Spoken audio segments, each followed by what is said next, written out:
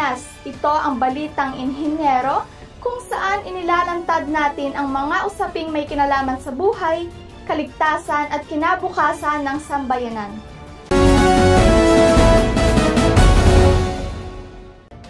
Sa ating pangunahing balita, may aligasyon ng korupsyon sa sektor ng enerhiya kung saan patuloy na pinapaboran ang mga coal-fired power plants na may malaking epekto sa kalikasan at buhay ng bawat Pilipino. Tinatawag itong climate betrayal o pagtataksil sa mamamayan. Habang kita ang inuuna, narito ang komprehensibong ulat.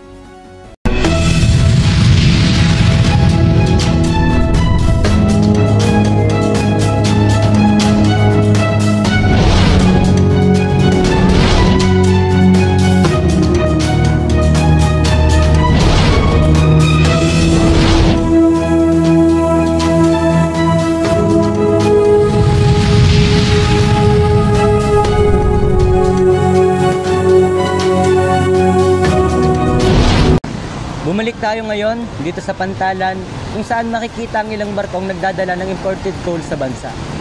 Ayon sa Power People Coalition, patuloy pa ring binibigyan ng permit ang mga proyekto ng coal kahit na matagal nang napatunayan ang pinsalang dulot nito sa kalikasan. Ang mga coal plant ang pangunahing nagbubuga ng carbon emissions. Ang mga epekto nito, mainit na temperatura, malakas na bagyo at mas matagal na pagbaha. Katulad ng madalas na nararanasan sa mga baybaying at komunidad malapit sa dagat, kagaya ng mga nasa likod natin ngayon. Ngunit sa halip na bawasan ang pagdepende sa coal, tila pinalawak pa ang operasyon. Ayon sa mga ulat, pinangunahan ito ng impluwensya ng malaking korporasyon at interes ng negosyo. Sa huli, taong bayan ang nagbayad, hindi lamang sa mahal na singil sa kuryente, kundi pati sa buhay at kabuhayan, lalo na sa mga pamilyang nakatira sa mga baybayin. Hindi lamang datos ang nagsasalita, mismo ang karanasan ng mamamayan ang patunay ng problemang ito. Kahit hindi malakas ang ulan, napuputikan na agad ang paligid. Kapag dumating ang bagyo, wala kaming mailigtas. Pagkatapos, wala kaming kuryente ng ilang linggo, pero mataas pa rin ang bayan. Habang lumalala ang epekto ng kalikasan, tila lalo ring napapamahal ang kuryente. Sino ang tunay na pinoprotektahan ng sistema? Batay sa mga datos mula sa mga environmental agencies, patuloy ang pagtaas ng average temperature ng bansa taon-taon. Sa bawat pagtaas nito, mas nagiging malakas ang mga bagyo, mas tumitindi ang pagbaha, at mas nagiging madalas ang heat waves. Ibig sabihin, hindi lang basta init ang nararamdaman natin, may akibat din itong panganib at direktang nakakaapekto sa buhay ng mga Pilipino. Ngunit ayon sa eksperto, ang sakuna ay hindi lamang likas na pangyayari. Hindi ito basta kapalaran o natural na pwersa ng kalikasan. Madalas, ang mas malala ay mga mismong apekto ng mga maling desisyon, pagpapabaya, at higit sa lahat, katiwalian. Pag may proyektong pinapaboran, kahit malinaw na nakakasama sa kalikasan, hindi ito basta pagkakamali. Ito ay pananagutan ng pamahalaan. Hindi dapat pinagbabayad ang mamamayan ng gutom, baha, at pagkasira ng kabuhayan para lamang mapunan ang bulsa ng iilan. Ang tunay na development ay hindi dapat nag-iiwan ng panganib. Hindi dapat sinusunog ang kinabukasan kapalit ng pansariling pakinabangan. Kung may kapangyarihan silang magdesisyon para sa bansa, may kapangyarihan naman tayong manindigan para sa kalikasan dahil kami ang mamamayan at kami ang magdurusa kapag pinabayaan nila. Ilang lokal ng pamahalaan ang nagpahayag ng kahandaang tugunan ang issue. Kung may opisyal na tumanggap ng suhol kapalit ng permit o paglabag sa proseso, maaari siyang maharap sa kasong kriminal, masuspinde o matanggal sa posisyon. Magpapatupad kami ng masusing pagmumonitor ng energy projects, transparency reports, at paglilinis sa sektor kung pagmamalabis ang mapapatunayan. May mga solusyon na hindi kailangan magdulot ng kapahamakan. Sa halip na umasa sa mga coal power plant na nagdudulot ng polusyon at panganib sa kalikasan, maaari tayong lumipat sa renewable energy mga alternatibong mapagkukunan ng kuryente. Tulad ng solar, wind and hydroelectric power. Ang mga ito ay hindi lamang mas malinis, mas ligtas din ito para sa mga komunidad.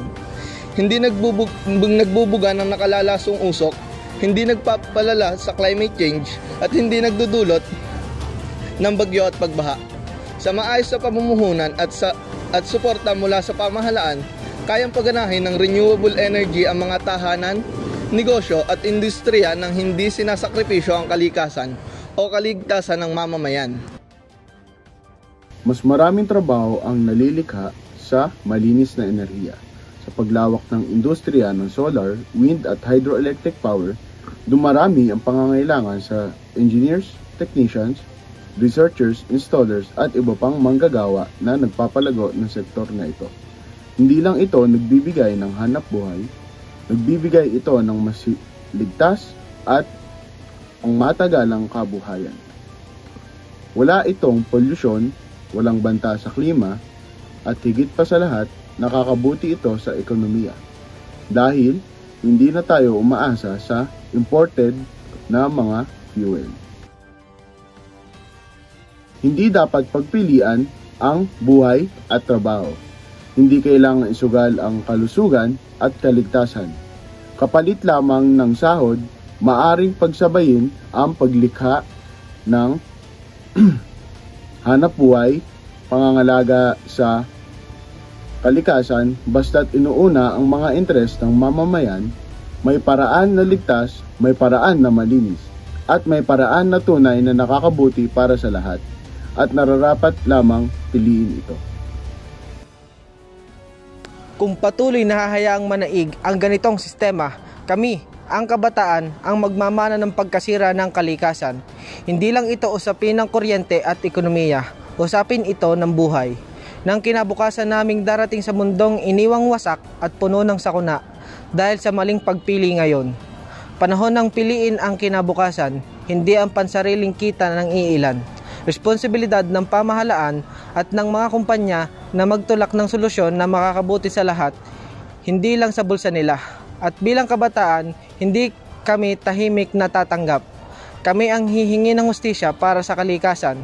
Kami ang hihiling ng pagbabago. At kami ang magpapaalala ang tunay na proseso ay hindi nasusukat sa tubo, kundi sa mundong ligtas at maayos na maipamana sa susunod na henerasyon. Ang kuryente ang nagbibigay liwanag sa ating tahanan ay hindi dapat magbunga ng kadiliman sa ating kinabukasan. Ako si Yukiya Kalingasan at ito ang Balitang Inhenyero. Ang katotohanan ay ilaw para sa bayan.